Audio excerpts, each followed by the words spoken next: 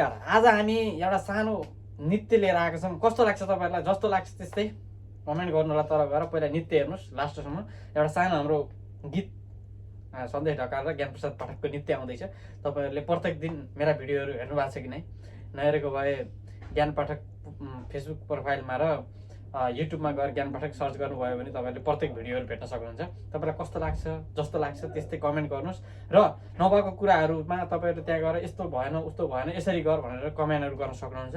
म अझै पनि सुधार्दै जानेछु, नजानेका कुराहरू सिक्दै गर्दै जानेछु। भर्खर सुरुवात छ। तपाईँहरूको साथ मायाले आशीर्वादले